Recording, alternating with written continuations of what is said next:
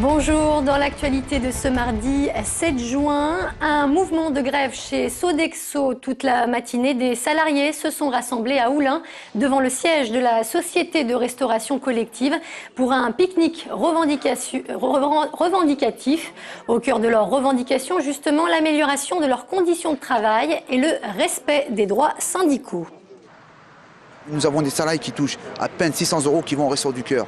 Je rappelle que Sodexo est partenariat des Restos du Cœur. La différence, elle se fait là. C'est pour ça que nous, en tant qu'organisme syndical, c'est nos responsabilités de dire aujourd'hui que les salaires, ça ne suffit pas. Il faut augmenter les salaires, pas que pour les actionnaires. Nous ne sommes pas forcément ouverts aux négociations, nous sommes ouverts au dialogue et à l'échange. Sur tous les sujets qui sont listés dans le tract, nous avons déjà des dates qui sont programmées. L'inquiétude des associations de protection de l'environnement, la sécheresse de ces dernières semaines leur fait redouter des rejets d'eau trop chaude des centrales nucléaires, une pratique nécessaire au refroidissement des réacteurs. La FRAPNA ainsi que la CRIRAD craignent notamment des conséquences néfastes sur la faune et la flore du Rhône au moment où le fleuve est au plus bas. Les précisions de Jean-Marc Roffa. La sécheresse a aussi des répercussions sur les centrales nucléaires, comme ici celle du Bugey. Un réacteur a besoin au minimum de 10 mètres cubes d'eau seconde pour son refroidissement.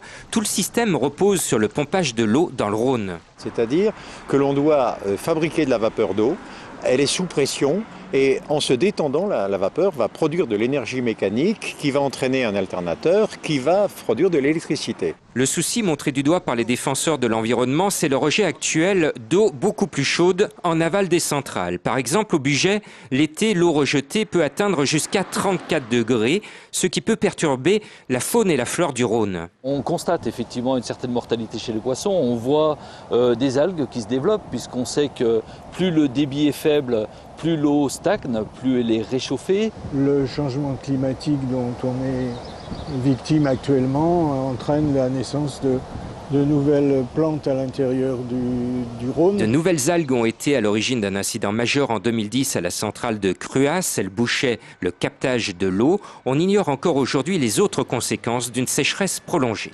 Et là, on arrive dans la basse vallée du Rhône à atteindre des limites. Pour ne pas dépasser ces limites, eh bien, EDF va être très embêté, je pense, si le phénomène continue pendant encore plusieurs mois. Le débit anormalement faible du Rhône constaté depuis quelques semaines ne risque pas d'arranger la situation. Le Dauphiné arrive à Lyon. La fameuse course cycliste fera étape cet après-midi pour la première fois depuis 11 ans à la Croix-Rousse. Le peloton est d'ailleurs attendu autour de 17 h. Gare donc aux embouteillages sur le plateau. Toujours côté sport, la succession de Claude Puel semble se préciser. Selon le quotidien, l'équipe Rémi Garde aurait finalement accepté de devenir entraîneur de l'OL l'année prochaine. Un accord aurait été trouvé hier entre le directeur du centre de formation et les dirigeants du club. Claude Puel, quant à lui, encore sous contrat pour un an, devrait percevoir 3 millions d'euros d'indemnité. Spectacle impressionnant en plein centre-ville de Saint-Romain-en-Galles. Près de 300 personnes venues de toute l'Europe se sont livrées à un véritable combat de gladiateurs. Une reconstitution plus vraie que nature, organisée dans le cadre des Journées gallo-romaines. Céline Cléry. Les javelots ont des lances que l'on dit bleutées. Les Celtes s'entraînent à faire la tortue avant que les Gaulois n'arrivent. Après une courte négociation échouée, la bataille peut commencer. 300 reconstituteurs de 5 nations européennes différentes sont venus participer aux Journées gallo-romaines. Objectif de cet événement, faire découvrir l'époque antique au grand public.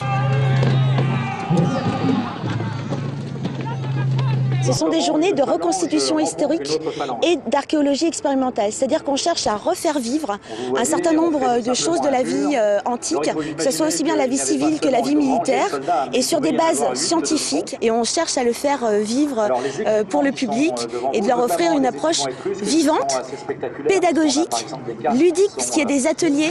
Des ateliers de tressage, de cuisine ou encore d'écriture. Petits et grands peuvent découvrir le travail des artisans. Après une journée passée à déambuler, les enfants sont conquis. Ils ont l'impression d'avoir vécu un cours d'histoire grandeur nature. C'est fait avec des trucs dans la nature. Par exemple avec des cailloux qui sont... ils taillent des trucs avec des cailloux, des armes, des protections. C'est bien quoi, C'est fait dans la nature. Il n'y a pas de bataille dans les cours d'histoire. Il n'y a pas des jeux comme ça. C'est pas aussi détaillé, je trouve.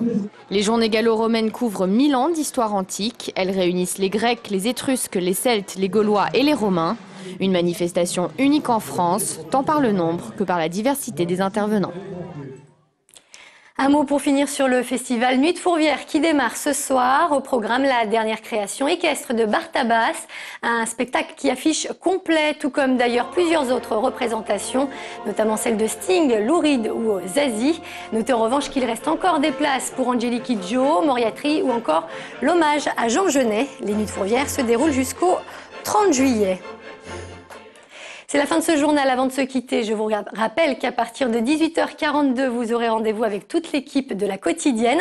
Philippe Montanet reçoit ce soir Roche Dizem et Samy Bouagila pour le film Omar m'a tué. Quant à moi, j'aurai le plaisir de vous retrouver dès 17h pour le 3 minutes chrono. Excellent après-midi sur TLM.